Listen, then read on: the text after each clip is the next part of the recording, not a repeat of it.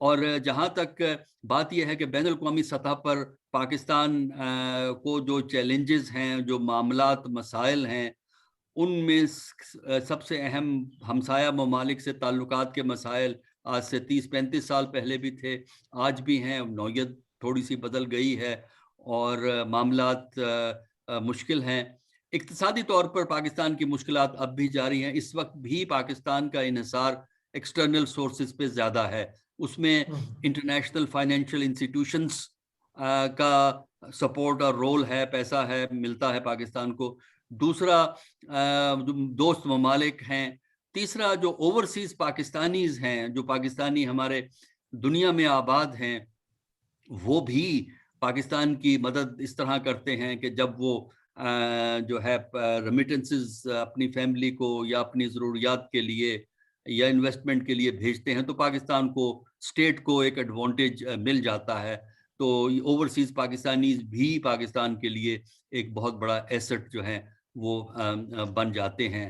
اصل اکانومی اس وقت مضبوط ہوتی ہے جب زیادہ دار و مدار ڈومیسٹک سورسز کے اوپر ہو، اور ابھی ہمارا دار و مدار ایکسٹرنل سورسز پہ زیادہ ہے، جس کی وجہ سے بہت سی پولیٹیکل چوائسز جو حکومت کو کرنی ہوتی ہیں، جو ریاست کو کرنی ہوتی ہیں، اس میں ریاست کو مشکلات کا سامنا ہوتا ہے۔ بہت مہربانی۔ مطلب کہ بیرونی عمل دخل بڑھ جاتا ہے۔ جی، بیرونی عمل دخل ہے۔ دیکھیے، جب آپ آئی ایم ایف پہ ڈیپینڈ کرتے ہیں، ورلڈ بینک پہ ڈیپینڈ کرتے ہیں، یا دوسرے ممالک کی اکنامک اسسٹنس پہ ڈیپینڈ کرتے ہیں، تو بہت سے فیصلے کرتے وقت آپ کو یہ خیال رکھنا پڑتا ہے کہ بین الاقوامی سطح پر آپ کے ان فیصلوں کو قبول کیا جائے گا کہ نہیں قبول کیا جائے۔ تو آپ یہ کہہ سکتے ہیں اس طرح خود مختاری جو کسی ملک کی ہوتی ہے، اس پہ ایک منفی اثر مرتب ہوتا ہے۔ آپ نے شروع میں وقت کی رفتار کا ذکر کیا، تو جو قرارداد پاکستان ہے جس کا دن منایا جا رہا ہے، یہ تو مسلم لیگ نے پیش کی، اور یہ مسلم لیگ 1906 میں بنی، آل انڈیا مسلم لیگ ڈھاکہ کے اندر، اور قرارداد بھی ایک فضل حق نے پیش کی، اور ان میں سے اب وہ جو قیادت تھی مسلم لیگ کی، ان میں سے اب کوئی بھی زندہ نہیں ہے۔ تو اب تو نئی لوگوں کے ہاتھوں میں ملک کی اعلان ہے، اور یہ امور مملکت ہے، تو ان کو جی جو ان کی رفتار ہے دیکھنے کی، یا ان کا تجزیہ نگاری ہے، یہ حکومت کو چلانے کا انداز ہے، وہ ابھی تک اسی طرز پر چل رہے ہیں جس طرز پر کہ پرانی حکومتیں چل رہی تھیں۔ مذہب کو زیادہ پریفرنس دی جا رہی ہے بجائے اقتصادیات کو پریفرنس دینے کے لیے۔ تو یہ وقت کی رفتار کے ساتھ نہ دینے کا سمجھتے ہیں آپ؟ دیکھیے، اس میں جو کچھ چیزوں میں کنٹینیوٹی نظر آتی ہے، کچھ میں آپ کو تبدیلی نظر آتی ہے۔ سب سے بڑا فرق جو پڑا ہے کہ جو مسلم لیگ کی قیادت تھی 1940 کا آپ نے تذکرہ کیا ہے، قرارداد لاہور یا قرارداد پاکستان 23 مارچ 1940 کو پیش ہوئی اور 24 کو وہ منظور ہو گئی تھی۔ اس وقت اس کے بعد اگلے 7 سال کے بعد پاکستان 1947 میں بنتا ہے۔ ہم نے یہ دیکھا کہ اس وقت جو لیڈرشپ تھی وہ کافی سٹرگل سے، کافی ایفرٹ سے ایک بڑے مقام تک، بلند مقام تک پہنچی، اور ایک طویل جد و جہد تھی اس لیڈرشپ کی جس نے پاکستان کی ذمہ داریاں 1947 میں سنبھالی۔ اس وقت جو ہم لیڈرشپ دیکھتے ہیں اس میں ہمیں لیڈرشپ میں کافی مسائل ہمیں نظر آتے ہیں۔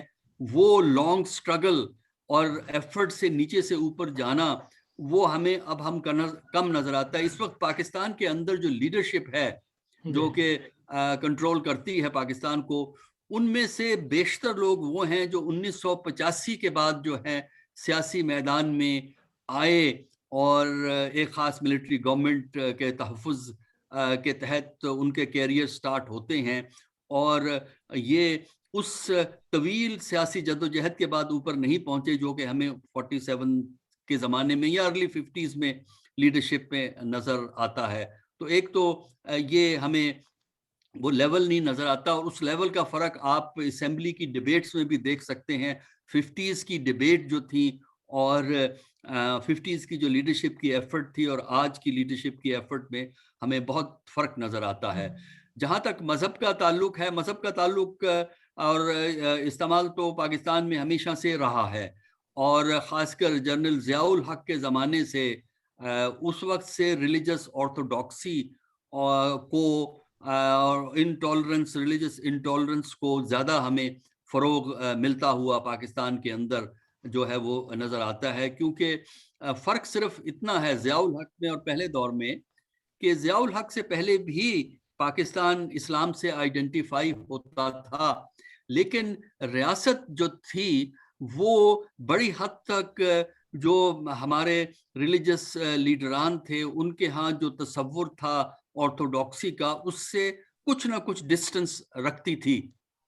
لیکن جنرل ضیاء الحق کے دور میں پھر ریلیجس آرتھوڈاکسی کو اور ملیٹنسی، افغانستان کی بیک گراؤنڈ کی وجہ سے ملیٹنسی کو ایک آفیشل پالیسی کے طور پہ پاکستان میں استعمال کیا گیا، جس کی وجہ سے ہم نے دیکھا ہے کہ پاکستان میں انٹالرنس جو ہے وہ زیادہ بڑھتی ہوئی وقت کے ساتھ ہمیں نظر آتی ہے. یہ بنیادی طور پر 80s کے اندر حکومت کی اپنی پالیسی اور جو بین الاقوامی فورسز تھیں وہ افغانستان میں روس کو نکالنے کے چکر میں انہوں نے بھی ان مذہبی انتہا پسندانہ رجحانات کو فروغ دیا، جس کی وجہ سے مشکلات پاکستان کو بعد میں ہوئی. اب بھی بڑی حد تک یہ رجحان پاکستان میں موجود ہے. فرق صرف اتنا ہے کہ اب غالباً اس معاملے پر بات کر لی جاتی ہے، لیکن ماضی میں ہم نے دیکھا 1990 کی دہائی میں یا 2000 کے پہلی ڈیکیڈ میں ان معاملات پہ بات کرنا پاکستان میں کافی مشکل تھا. لیکن اب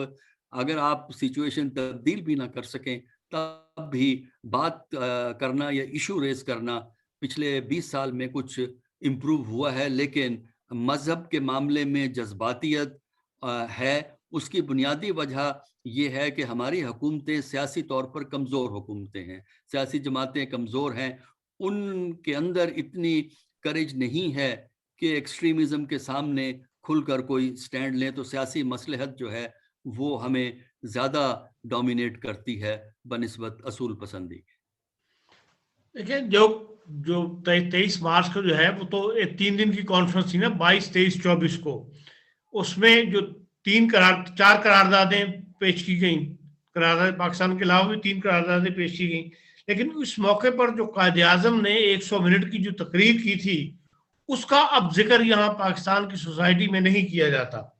اور اس میں انہوں نے یہ بھی کہا تھا کہ ہم مسلمان جو ہیں ایک اقلیت نہیں بلکہ ایک ملت ہیں، لیکن کانگریس اور انگریز حکومت ہمیں صرف اقلیت رکھنا چاہتے ہیں. لیکن اسی بات کو آج اس میں کوئی قائد اعظم کے الفاظ میں ایک شکوے کا رنگ ہے، لیکن ہم نے خود بھی تو یہاں پاکستان میں جو اقلیتوں کا حال کیا ہوا ہے وہ پوری دنیا کے اندر جو ہے وہ ہمیں دنیا میں اس لحاظ سے مجرم سمجھتی ہے.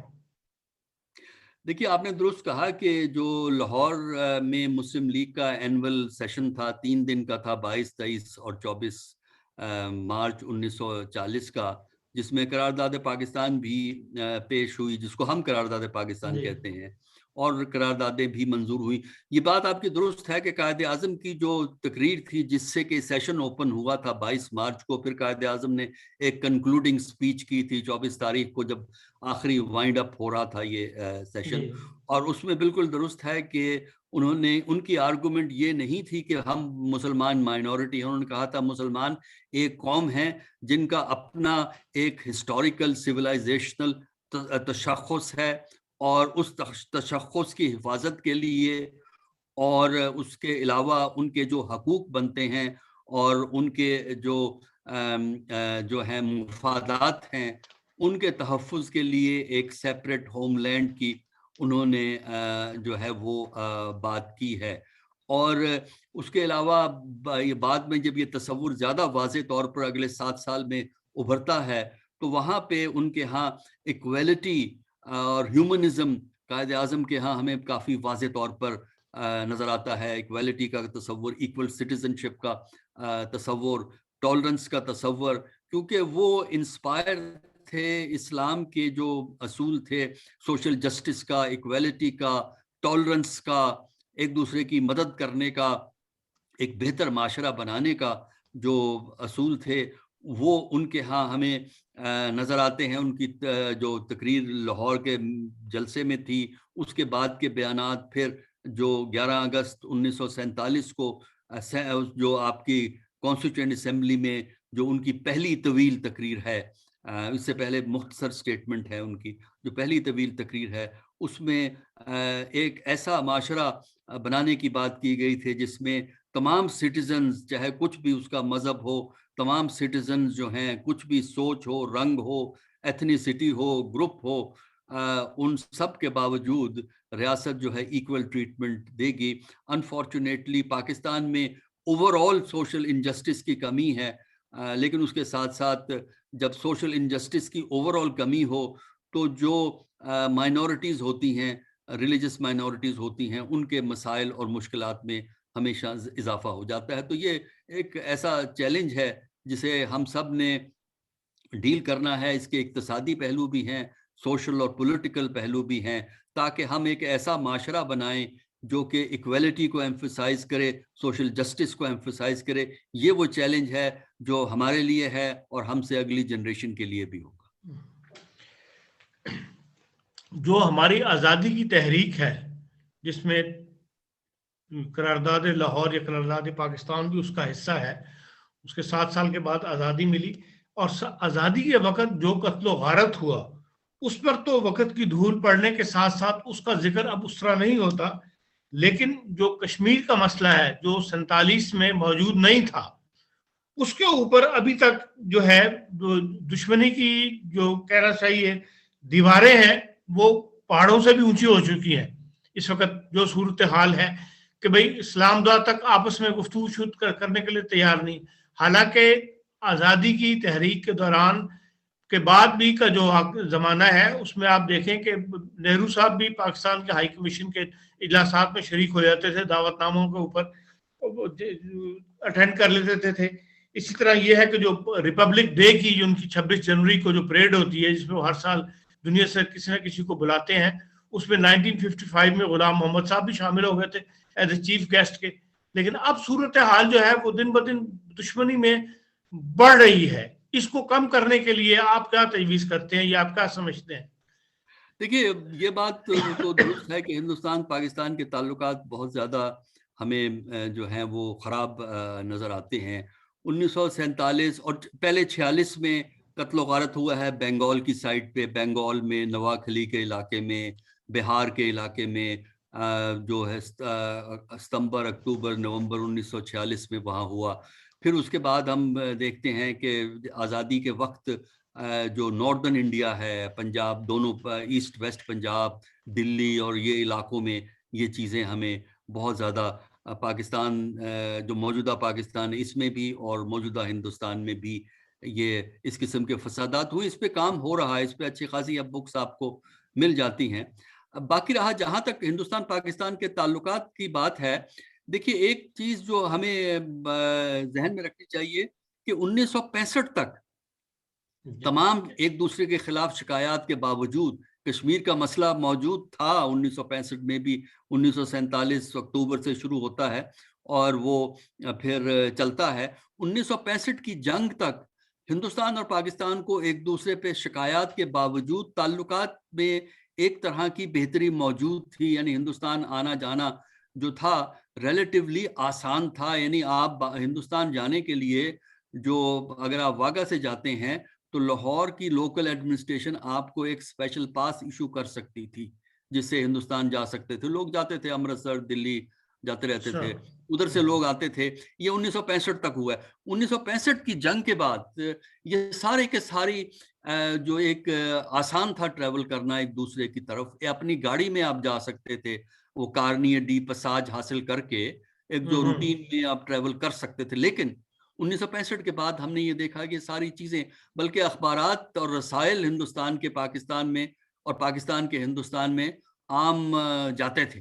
ہندوستان کے اخبار لاہور کے اندر آپ کو شام کو یا اگلے دن مل جایا کرتے تھے اور ہمارے اخبار ہندوستان جاتے تھے۔ چلیے اب انٹرنیٹ آ گیا ہے تو ساری دنیا کے اخبارات ہم پڑھ سکتے ہیں، یہ تو ایک بہت بڑی تبدیلی ہے۔ لیکن 1965 کے بعد یہ تعلقات جو ہیں زیادہ خراب ہوئے۔ اس کے بعد ایک طویل داستان ہے جس کی وجہ سے معاملات بگڑے ہیں۔